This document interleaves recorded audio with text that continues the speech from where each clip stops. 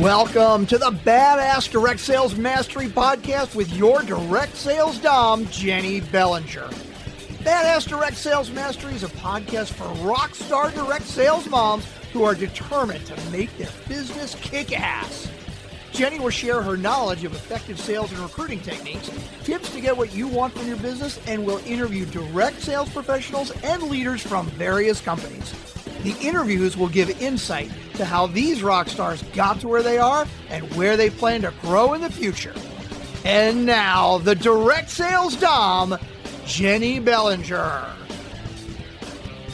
Welcome back to another episode of Badass Direct Sales Mastery. I'm your host, Jenny Bellinger, helping you whip your business into shape.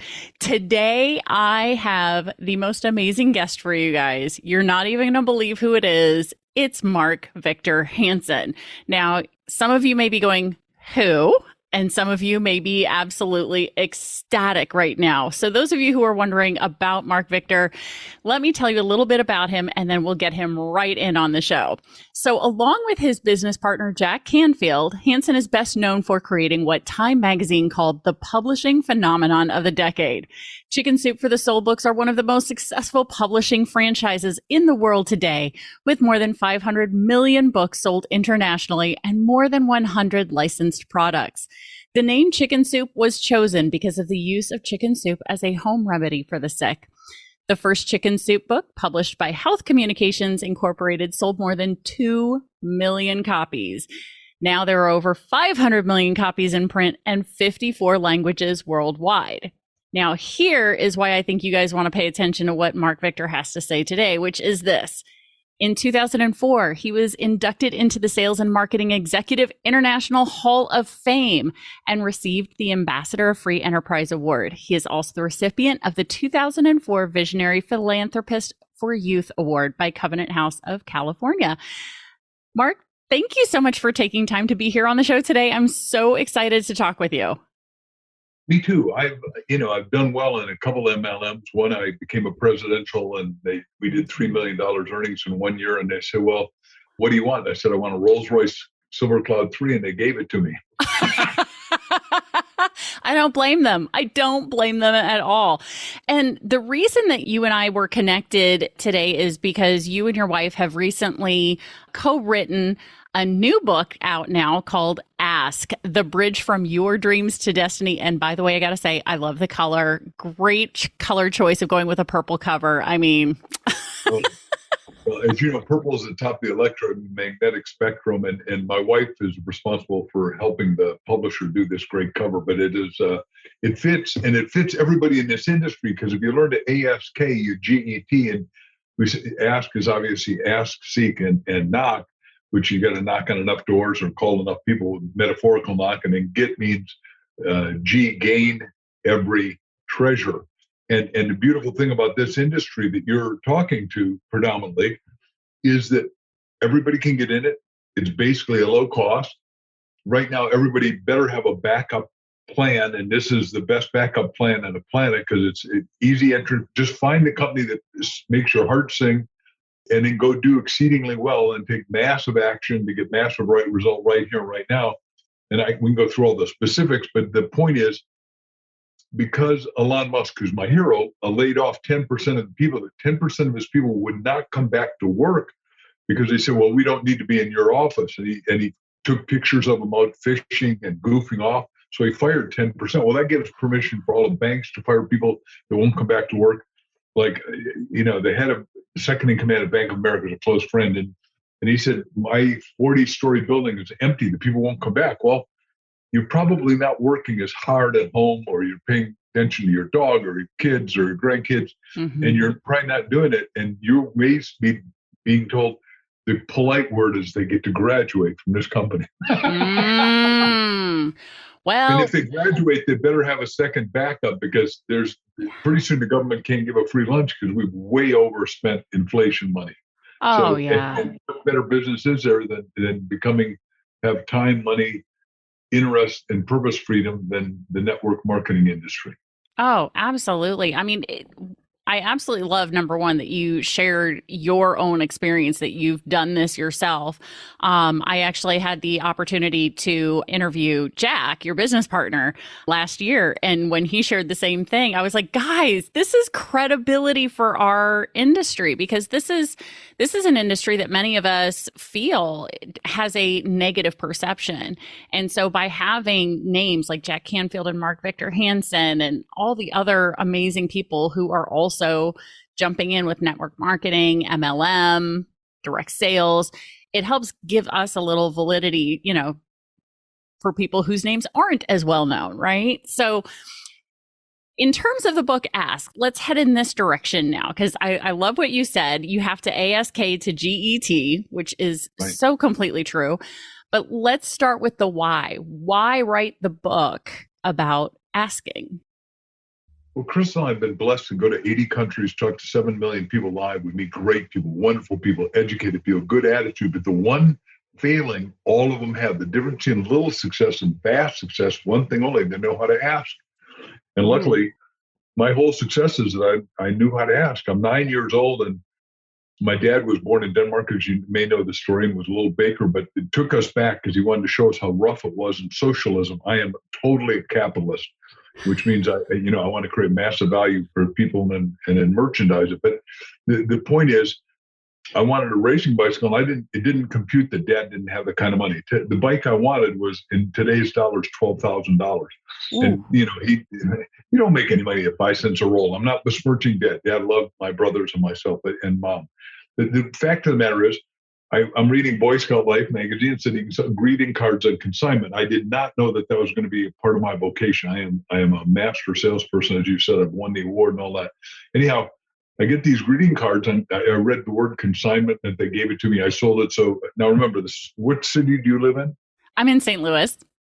Oh, okay. So there's a little bit of snow there.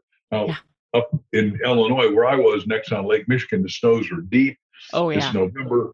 And, I'd ring the doorbell and the neighbors and smile. My mother said, be polite to everybody you meet. And it worked so well that I said, I'm earning my own bicycle. I got a red cold face, big furry mitt, and my little older brother had given it to me, and I went like this. And the women always said, oh, come in and let me blow your nose. And I thought, oh, great. And then I say, I'm earning my own bicycle. Would you like to invest in one box of Christmas cards or two? And I sold 376 boxes of Christmas cards in 1 month's time, which, Dad took half that money and said, it's going in your college fund, which, not being educated, he couldn't explain why that was going to be a great value to me. But I earned enough money to buy the bicycle come spring, so it was great, good news. He said, pride of ownership always follows pride of earnership. So you can have it if you earn it, son, which has been true my whole life. And that's what I love about this industry, because you can go as far and fast as you want if you'll work hard, think a lot, and ask a lot. I definitely believe that to be true. As I was reading through the book, because you were kind enough to send me a copy, as I was reading through it, each time I hit a certain story or one of the concepts that you covered as to why people don't ask or how to move into asking, it would make me think of a time in my life where I had asked, which is why I've hit where I am today, the questions that I've asked. My entire life trajectory started with me asking the universe after hearing 18 rejections, trying to get back into the world of teaching after I had left to have my oldest child. I said, okay, universe, fine. If not teaching, what? And 2 days later, an invitation to a direct sales event showed up in my mailbox, back when, you actually got mail in your mailbox. And so that started that whole thing, because then I think had I not asked the question, I wouldn't have been open to the event. Yeah. And it is a wonderful main occupation or side occupation. And the additional benefits are, number one, you get to meet yourself. Number two, it is the best self-help education business, whether it's myself or Jim Rohn or any one of the greats teaching it. You get to meet a lot of people. You get to travel a lot. Now post-COVID, people, I guess, are traveling again on these great trips. Yeah. I mean, I was taken around the world lots of different times and places. So I've only got good things to say about the industry. Oh, that's amazing. So as you think about people who are in the industry now, let's say we've got someone listening who's just getting started. What are some of the questions you would recommend that they start asking? Well, first of all, they got to be a product of the product. I mean, they got to use whatever it is, whether it's a lotion or a potion or a notion or a vitamin or an herb or, whatever it is. And there's insurance companies doing it. There's all kinds of stuff. And, but then what you do, the first thing you do, and I got to put on my glasses so I can see anymore, close up. But the fact of the matter is that when you go to your contacts, there's a fascinating thing that happens. If you go to your contacts and you go straight through contacts all the way to the bottom, right? You just scroll to the bottom. It tells you how many you've got. Now, I want to talk to that in a couple different ways because your contacts are great. You can see I got 11,000 contacts of people that I really know. Because you need to keep doing that. The average person with the average funeral or an average wedding only knows 250 people, and they invite them and 100 people come out. I say never eat breakfast or lunch alone if you're a business person or in this business, because there's somebody you can take out to breakfast and if you run your story by them, you can do it. And I can take you through all that. But it just, the point is that you've got a lot more people to call on than you've ever thought. And by and large, all these companies aren't limited some are limited in the United States, some are international. Mm-hmm. But for most people here, they're going to be able to do, 50 states, no problem, relatively speaking, instant shipping, credit cards, squares, all that kind of stuff. So it works like that. And most of them pay on a monthly basis. So today, cash flow is king or queen, whatever way you want to do it. I'm not going to generalize that. Yes. So the first question is ask your phone, how many contacts do I have and how do I grow it, right? Yeah, ask yourself, who is it I'm going to call on tomorrow? And then make sure you don't have to believe you've got the confidence to call 3 people every day, but believe that you, Jenny, and me, Mark Victor Hansen, believe that you can do it. So now we've been empowered. We've bolstered you. And we're telling you, you've got to image. So you figure out what you want. Number 2, you put it in writing, who you're going to call. Number 3, you visualize that it's going to go well and that they're going to take the call and say, boy, you are my savior, just like when you couldn't go back to teaching and couldn't get the job you wanted. And teaching is a very noble thing. One of our 5 daughters teaches. So she's special ed and the kids all love her. Actually, she also flips houses. So God bless her, because you can't make enough teaching anymore, which is a tragedy. That's not today's topic. The point is, you got to visualize that person's going to answer it. They're going to be responsive. They're going to meet with you. And if you really do then you got to see yourself doing your product presentation so well. And let me just give you an example. And the way I would say it is you always do it with a story, because everybody listens to a story. So you say, let me tell you a story. That is the perfect opening line. Everybody hears a story. So I'm doing training in a mortgage business years ago for Deborah Jones, who ultimately became very big in the company I was with, Enrich International. But she and her husband, Doug, but she had mortgage superstars. We'd ski and teach in Aspen, and then a week later, she had so many people, thousands, go with us down to Puerto Vallarta. But we're out on a boat, and she says, my son, this is let me tell you a story, goes to the bathroom. He's 6 years old, Andy, once every 10 days. And the doctor says that's normal. I said, no. Our company sells light fiber. Men need 50 grams a day. Women need 35 grams, adults, a day. And I said, I got some stuff back in the room. As soon as we finish eating, come back to the room. Let's bring Andy over to my room on this boat we were out. And she said, God, it looks like sand. I said, well, watch this. She said, are you sure it's okay? I said, look, I'll drink it. He'll drink it. Next morning, little Andy comes knocking at the door. And at 6 in the morning, wakes me up and said, Uncle Mark, it was that long. The point is his peristaltic motion had worked. And obviously, Deborah got into it and she started getting against Ritalin and all kinds of stuff. And she built a downline under me of like 4,000 people with her husband, Doug, and they got a brand new Jaguar. And, it just went on and on and on. But once you would tell an enrollment story that's so subtle that they can relate to like that, because I said, everybody's got to, if you're going to have 3 choo-choo trains of food going in, you need 3 choo-choo trains of food going out. You just memorize all these little one-liners that snap like that. And they're automatic, because you figure out what you want, who you're going to talk to. Then you visualize the story to realize it. And then you say, look, I want you to be my colleague, my partner, my associate, my mastermind partner in this business. The 4th point, where 2 of us together, roll up our sleeves and we go create an empire together. And that's obviously what Deborah and I did. And we had nothing but Deborah ran it more. Her husband, Doug, was the inside guy. She was the outside person. And just, it rocked. I would definitely agree. That was a method that I used in my own business, was to, know who I was talking to, and ask permission, to tell the story. Hey, can I ask you something? Can I tell you something? There was a lot of permission-based selling that I did. It was always asking, may I show you my product? May I talk with you about the compensation plan? When you ask, people are much more willing than if you just try and jump in and shove it down their throats, right? What's the reasoning behind why asking works? Well, we're saying you got to ask in 3 levels, and we'll also show about the 7 ways that we get rejected with asking. But you got to ask yourself, ask others, and ask God.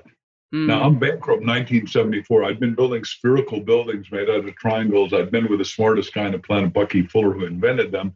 But I'm building a Wall Street Record Club, Botanical Gardens, aviaries, and I'm smoking. But I was building out of plastic, which is basically oil. It's PVC, polyvinyl chloride.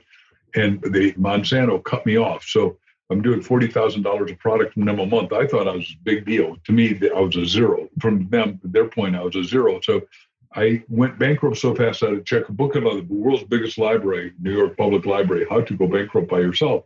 Now, I asked, oh my God, what if I go bankrupt? The next day I'm in the library checking out a book, How to Go Bankrupt by Yourself. So if you ask the wrong questions, you go south. If you ask the right questions, you go metaphorically north, right? You're bullish rather than bearish. And right now we're going into a bearish economy. Anybody who doesn't believe that's not paying attention to the news, right? Do I want that? Heck no. But 25% of the people during the Depression made more money than ever. 75% bought into the wrong thing, which if you're not inundating your head with positivity, reading self-help action books, and I've written 318 books, sold over 500 million books, and I'm writing more. And in the zone that I'm in, then you got to shut off the news. Just pretend it didn't exist. Do not read the Wall Street Journal. Don't exactly. Am I telling the truth? Oh, yes. I quit watching the news in January of 2017 when I launched this business, this coaching business, because I was like, I don't have time for that negativity in my life. I don't miss it. I don't miss it. And trust me, you get enough of the really important nuggets from social media. Exactly. So if you get what you think about. So if you ask yourself to think positive thoughts, you get positive results. The size of your question determines the size of your results. And let me I hit on my own story about, so I'm bankrupt and I'm living out in Hicksville, Long Island, New York, not a really good place, $100 a month. So you can see it wasn't high styling. And I'm in a sleeping bag in front of another guy's room for 6 months. And one night I asked God, right? I say, okay, Big G, what's the deal here? Do you want me to kill myself because I lost all this money and I'm a schmo? Or what do you want? And instead, God is interesting. That still inner voice says, no, what do you want to do? And I said, well, I want to talk to people that care about things that matter, that make a life transformative difference. Next morning, I go to my 3 roommates at breakfast and I say, guys, you know anyone young that I could relate to that's not Cotton Top, not a Broadway star, not a celebrity, a lawyer or a doctor? And the guy said, yeah. Here's my ticket. Go out to the Hawpaw, that was like 30 minutes away, Long Island, New York. And this guy's talking, it's 10 years older than you, but he's phenomenal. Well, I get out there and he's talking to 500 people that are talking in an industry that's upside down. They got a 28% interest. Now, right now, we got about a 6 or 7% interest on real estate. So you can see nothing was moving. He made him laugh. He made him joke. He was funny. Chip Collins is light and bright. So I go up to him at the end and I ask him, I say, I'm Mark Victor Hansen. May I ask you to go to lunch with me? He said, what do you want, kid? I said, I want to ask you to teach me how to do the business. He said, look, kid, chance of you making is what his voice is burnt out. 1 in 1,000, you ain't going to make it. I said, let me decide that. So long story short, he became my best friend, my mastermind partner. We're 2 get together at the Power 11. A third new invisible mind was created, but he told me exactly what to do if I'd stay out of real estate. And at the time I did, because he thought he owned the 5 boroughs, which is impossible. I mean, that's 18 million people. Anyhow, you can't do that. But I did the life insurance business and did little meetings and then, did really well. I was doing only Tony Robbins and I ever did. We're so crazy. We did 4 meetings a day, 1,000 meetings a year for the first 3 years, right? We both teach you a massive action. We didn't know each other at that time. I'm a little older than Tony, not much, but a little bit. Anyhow, so it was amazing. People kept saying, do you have that story in a book? I got to bring it to my wife or my company or my business. So first book I did was called Stand Up, Speak Up, Win. I've got a copy here somewhere I can show you if you need to see it. Anyhow, I sold 20,000 copies from the platform, made $200,000. Today, remember, this is 1974. Today, that's like $2 million. Yeah. I bought a brand new Chrysler Cordova car with white Corinthian leather. I was smoking again. And one thing I didn't do enough is write enough books fast enough, but I've caught up now, I think. Oh, my goodness. So that's what got you started on the book path. How has asking continued to add to your life? Okay, so when Jack and we meet, and we just had a Vulcan mind meld, and Jack is a superstar from Harvard, as you know. He's very humble, but he was third in his class at Harvard. Really? 500 of the best kids in school, go to Harvard, and then, Dr. Canfield is excessively bright, but the truth is, inside he's shy. Now, I say that because Zig Ziglar would tell you, and he and I did a lot of seminars together, would say he's an introvert, but he asked himself, could he go out and be a performer? And most performers, Denzel Washington, all of them are, when you're with them privately, like I have been, they're quiet, generally speaking, but on the stage, they become flamboyant. And that's what everyone has to do here, whether you're an introvert, expert, or outrovert. You got to put on a sales hat, put on a sales persona, tell yourself you're the master before you become the master maestro. Or master mistress, I guess it would be, if that's the right female of that. And if I'm not doing it right, I apologize. Anyhow, so it's amazing, and I built this institution. So when Jack and I got together, we're going to do, Chicken Soup for the Soul. And 144 publishers turned us down when we first did it. And then a little publisher did it. And when we asked, Health Communications, like you said, and this is a 20th anniversary issue, which I got the first story about how I asked to get my wife, which I'll tell you that in a second if you're interested. But 144 publishers, they really all said, Jack probably didn't say this, but they really said, hit the road, Jack. I couldn't resist. I love that line. They're like me. They just didn't like it. Yeah, right. Of course. Jack is totally lovable. He's a great He is. And we basically worked together 20 years. Anyhow, but the truth is, I am the outside salesman since I was 9 years old. Like I said, I love asking, and I teach the way to be rejection proof. All of you got to listen and memorize this 4-letter clean word, NEXT, next. Because somebody's going to buy chicken soup. Now, obviously, we got it, but everybody was saying, well, that isn't going to work. If we're Random House, for God's sake. And I talked to the head of Random House today, curiously, about another book we've just written on Reverend Ike, the biggest black minister ever. We just wrote his biography, From Wishes to Riches, which will be out probably in January with them. But Random House says, we know short stories don't sell, or we'd sell short stories. No, this isn't short stories. Did you read my byline that says heart-touching, soul-penetrating stories? I wrote that. And that's what it is. And the people that read it, loved it. 500 million people in the world can't be wrong. I mean, we even sold 374 million in China, for God's sakes. Yes. I mean, that I remember my mom bringing the first version of that book home, and she read it and she immediately gave it to me because I was a voracious reader in high school as well. And I remember reading that one and then the Chicken Soup for the Soul 2, and then did it like, I got to the point where when I went off to college, so then now poor college kid, right? Not a lot of money. I'd go to the college library and I'd check out Chicken Soup for the Nurse's Soul and Chicken Soup for the Firefighter Soul, even though I wasn't a nurse, even though I wasn't a firefighter, because I just loved the stories. They were incredibly inspirational, motivational, like they were heart touching. And so when I wanted to read something that wasn't a psychology textbook, I went and got those at the library. So thank you. Absolutely. No, thank you. I really am. Because let me tell you, okay, this is something that a few people have heard me say. When I found out that I was going to get to interview Jack Canfield last year, I felt like I was going to get to talk to Santa Claus. When I found out when Tom Chenault connected you and I went, oh my gosh, and now I got the Easter Bunny. How did this happen? Like, Yeah, exactly. I feel like a little girl who like got to talk to the real Santa Claus and the real Easter Bunny, and they're both as amazing as everybody thinks they are. So it really honestly, and I'll stop fangirling now so we can continue with the interview. But so going through and asking, as you were saying, asking, and we also have to get to the how you asked for your wife, because I got to know about that story in just a minute. So asking was 144 times, rejected 144 times. Well, you actually asked 145, rejected 144. What kept you guys going through all of that?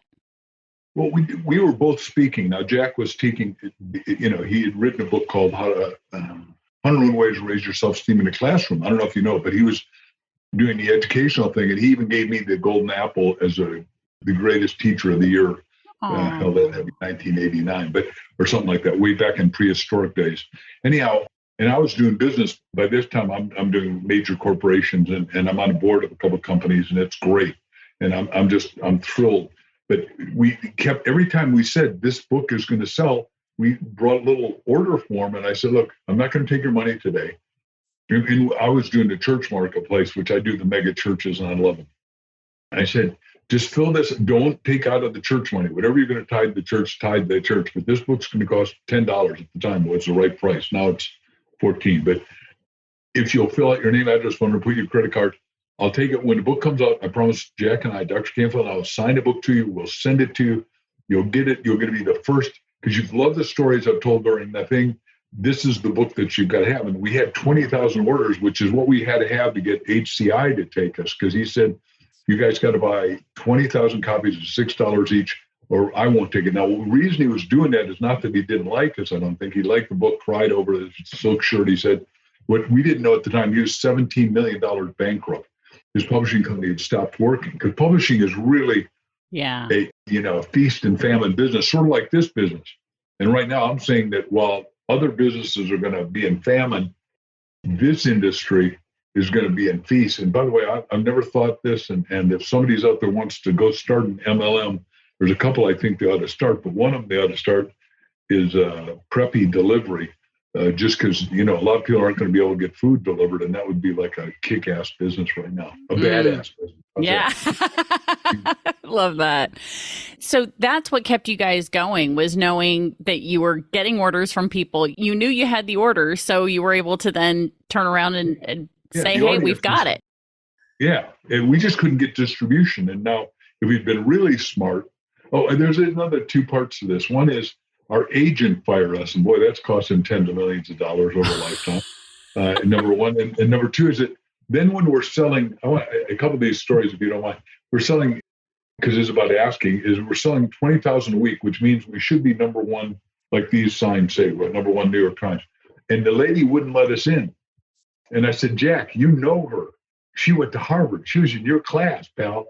You call her, because when you're in small classes for 4 years, you know everybody, right? And Harvard is, it's shoulder to shoulder. Yeah.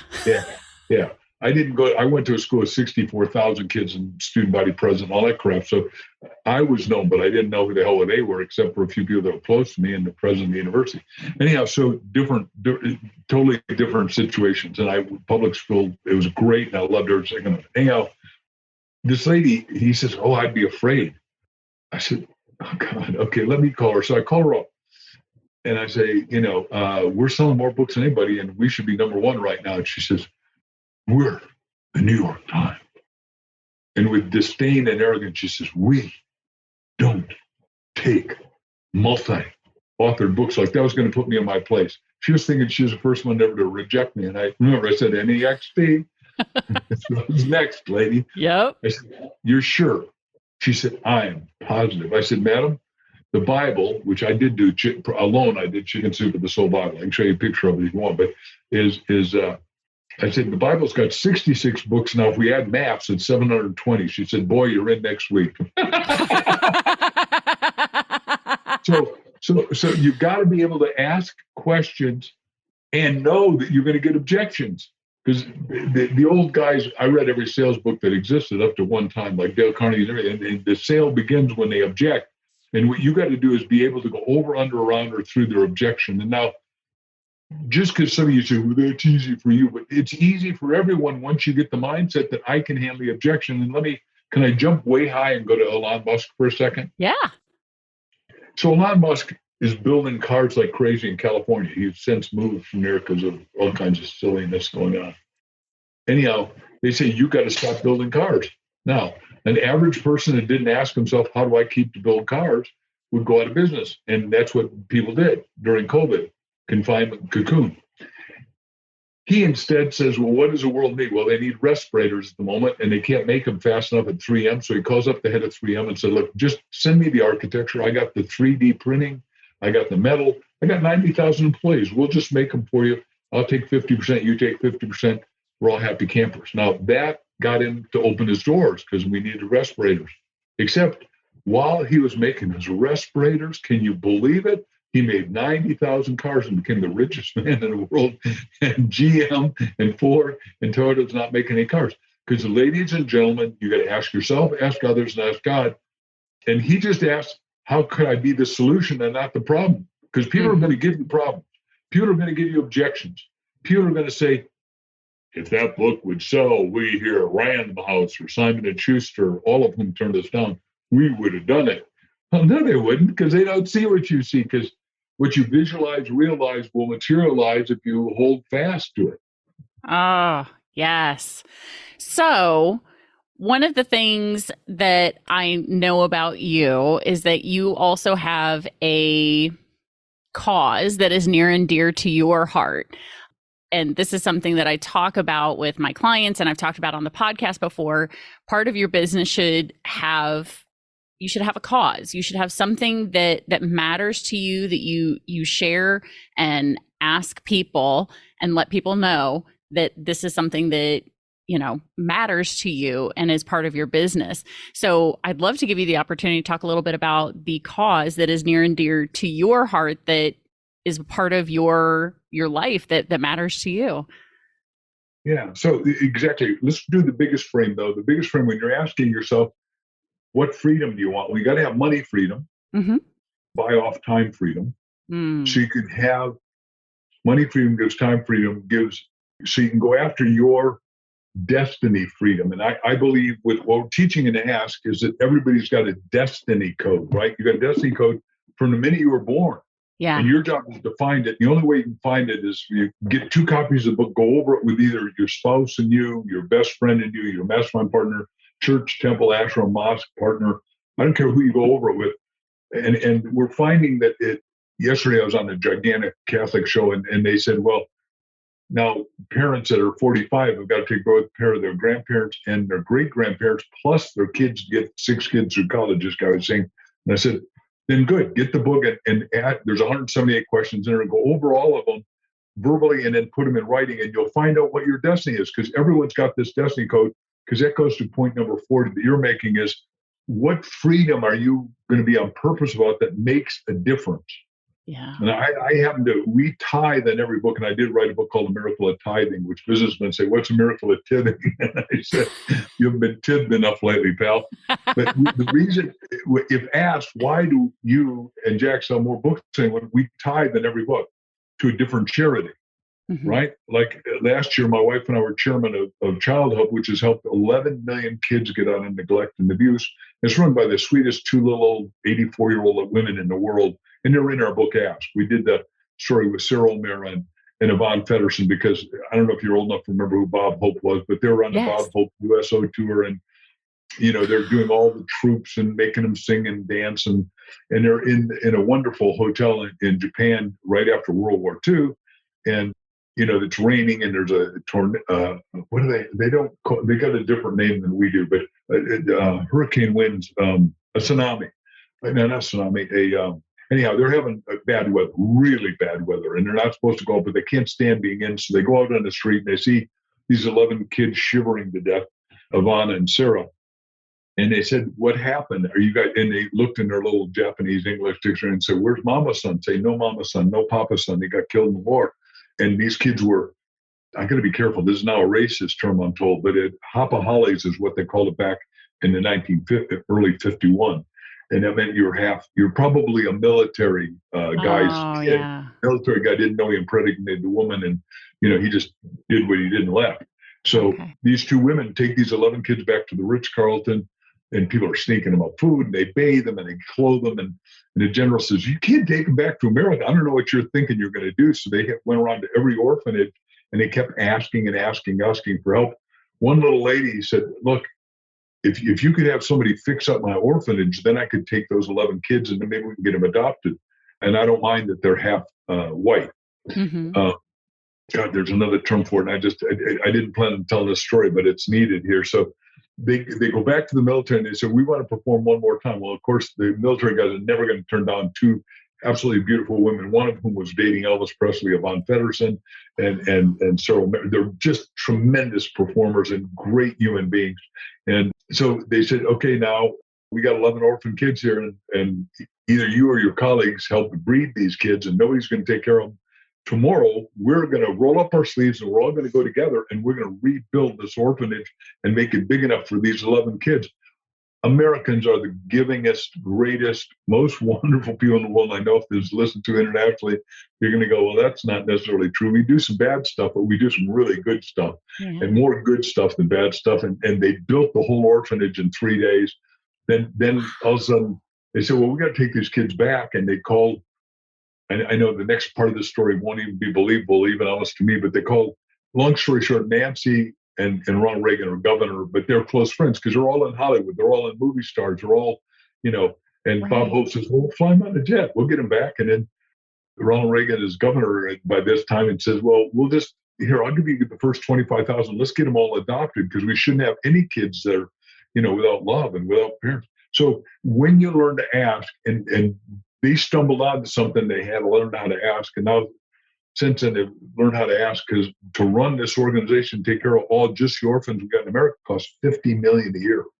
So you can see that we have to do some big asking events. And luckily, I've got pretty big boots, so I don't mind if people reject me. I go, "I'm going to handle this because I know I'm not doing it." When I ask people for money and ask them to help build these things for these orphan kids, it's not for me. It's for the kids. I don't need anything. My future days are paid for because I learned how to ask.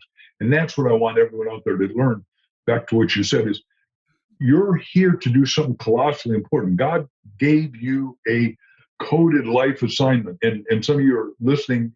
I'm going to tell you don't believe me. So here's what I'm going to ask you to do. Watch on YouTube. Watch my videos on YouTube, of course, and Crystal, my wife, but also watch the stuff on near-death experiences. Because one university, Duke University, did a study with 20,000 people that died, went to the other side, and came back. Some of them were brain dead for 6.5 hours, and they still came back into physical form, which is technically not supposed to be possible if you listen to any normal doctor. If you have cardiac arrest, your brain shuts off, you're bye-bye.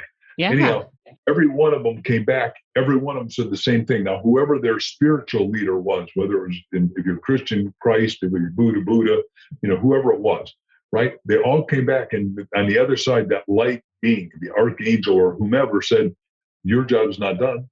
You got to go back." And every one of them had seen the bigger light and bigger sound and better everything and didn't want to leave. But they said, "No, you didn't do your life assignment."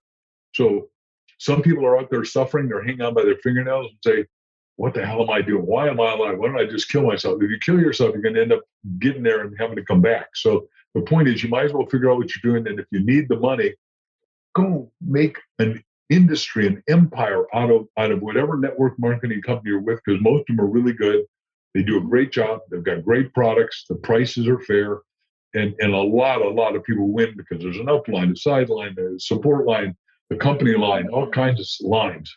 Oh yeah, that's why I decided to go into coaching in this industry, because I'm such a big believer in what it did for me and my life and my family, that how could I not support this industry and help elevate it through all of this? So I don't want to keep you too much longer, because I so appreciate the time that you have been here to share with us. What is next for you? What's the next book? What's going on in your life next? Well, first of all, I like I've said here, you got to ask yourself, what do I really want? That's the most critical thing out of today's lecture. Number two is you've got to put it in writing. and you got to write at least 101 goals. And that's like a good beginning. And I was just on the biggest podcast in Europe, and I never met this guy physically. I guess I did meet him when I was in Europe talking to 7,000 people, but I didn't know he was in the audience, right? I mean, I don't go out and shake 7,000 hands. It's not fun, whatever. Anyhow, so this guy, we're on this podcast. We start the podcast, and he said, you goal shamed me. And I said, I'm sorry? What do you mean I goal shamed? He said, you should write 101 goals. And my mentor said, you have 5 goals. Well, last year I hit 4 out of 5, so I had 90%. You come along and say, you ought to write 101 goals and never cross them out. I got the milk, I got the eggs, I got the butter. Write down victory in God's highest color, and that's why I sign all my books in purple, right? And all kind of purple pens. I got them like crazy. Anyhow, and it's the cover of one of my books, The 1 Minute Millionaire, where I say, look, there's a million ways to make a million. There's one right, perfect, easy, acceptable way to use it. Anyhow, I wrote down 101 goals because you goal shamed me because I had 5. Now I only hit 30% of them, but last year I made $30 million because of you. So because you can write down anything. Right. And if you keep looking at it, believe it and feeling it, Neville always said, you got to live in the assumption of the wish fulfilled, and it will come to pass. You don't even have to know how it's going to come to pass. You say, I want to go sell this person into my network marketing company, and he or she will be the biggest, supporter, the champion of the company, and take me on the wings of eagles, so to speak. So you figure out what you want, write down 101 things, visualize it to realize it, because you got to see it before you can have it. Now and you got to live in it. So I saw myself as a #1 best-selling author. I cut out the New York Times, where I interviewed the 101 best marketers in fiction, nonfiction, and I interviewed Scott Peck, who'd been to road less travel and was at Harvard with Jack. Okay. And I whited out his name on the New York Times list, and I put Mark and Jack Chicken. So, I put it on my office wall, mirror, Jack's office mirror, Jack's bathroom mirror, and my home bathroom mirror. So when you look and you do shave in a man or do makeup in a woman, you look at that and you take ownership of it in advance. Mm-hmm. Now, some of you say, well, that's the dumbest thing I've ever heard. But look, the big guy said, pray as though the thing for which you're praying has been received. So before you ask, you got to know you're going to get it. There's 2 parts to it. You got to ask, but you got to be willing to receive to make this thing work. So you got to put it in writing. 101 goals, you've got to be in writing. Figure out what you want, write them down, visualize, realize, and you got to have a team to get your dream, because together everyone accomplishes miracles. And there's miracles that need to accomplish that you say, well, all I want to do is get 3 people in my downline this month or this week or this day, whatever you want. And once you got 3 a month, then you get 3 a week, then 3 a day, then 3 an hour. And pretty soon you learn to do group selling and you group enrollment, and you get really good at it. And I did a whole tapes on how to do all this kind of stuff. It's on YouTube, so you can watch anything you want. I've got because I really want. Look, everyone that's successful. That I won the Horatio Alger Award, which is the highest award you can get in the Supreme Court, a gold medal, and all that. Means I came from rags to riches, and excessively philanthropic. The point is, I guess 570 of us have won this award. 10 of us get it a year at the Supreme Court, and you got to keep attending forever. We get all the at-risk kids to go to college. It's really good. And we help kids get to technical school, and we help kids be entrepreneurs. But the point that I'm making is that every one of those guys and ladies, to a man or woman, is excessively generous trying to help. So if you get with somebody that's already been there like you, and they'll give you a hand up rather than a hand out. And the line from my friend John Paul DeJoria, which you know because of Paul Mitchell hair stuff, right? Yep. You see, I don't need that anymore. And he also did Patron liquor, but he says, look, if you're super successful and you fail, and you're super successful and you're not giving, then you're a failure. Isn't that interesting? So everybody that's really successful has got to open up their heart, their soul, their mind, their giving, their pocketbook, and really help somebody else get going. And to him who much is given, much is required. So you and I are here to see how many people we can source and serve. Yeah. Because it's the, Napoleon Hill and Think and Grow Rich said the quantity of service, quality of service with a positive mental attitude equals unlimited compensation. This is an industry that will give unlimited compensation if you're awake, alive, enthusiastic, tuned in, turned on, and decide to go to all the meetings, meet everybody wherever you can meet them, and just go way out of your way to never have breakfast or lunch alone. That's a perfect circle right there, because I remember you said that at the beginning there. So Mark Victor, thank you so much for being here. I so appreciate this. And Badass Crew, if you haven't gone and already ordered Ask, the Bridge from Your Dreams to Your Destiny book, go get it right now. I'm more than halfway through it already myself in the last 24 hours. I can't put it down. My kids and my boyfriend have been sitting there going, are you done reading it? No, I'm not done yet. Just, so I can't wait to continue reading it because this is just my first read through. My plan is to now go back through and then do the actual homework that you assign in some of the sections, because I'm just trying to get through. I like to encompass the whole thing, see the whole big picture, and then go back through and get all the little nuggets again, all over again, because there's no way I'm going to remember that number of pages after one reading. It's just not going to happen. So Badass Crew, I highly recommend this book. And I haven't even finished it yet, guys. So I will probably have to book club this with my clients for sure. So Mark Victor, thank you again for being here. My pleasure. Thank you for having me, Jane. Absolutely. And Badass Crew, you know how this goes. Stay tuned because there's another badass episode on its way. Thanks for listening to the Badass Direct Sales Mastery Podcast with your direct sales dom, Jenny Bellinger. Why are you waiting to go to badassdirectsalesmastery.com? Don't make the dom get her whip. If you enjoyed this episode, make sure to share it with another rock star that you know in direct sales after you subscribe to the podcast so you won't miss any future episodes. You can also check out the show notes for links and any contact information mentioned in today's episode. We'll see you next time.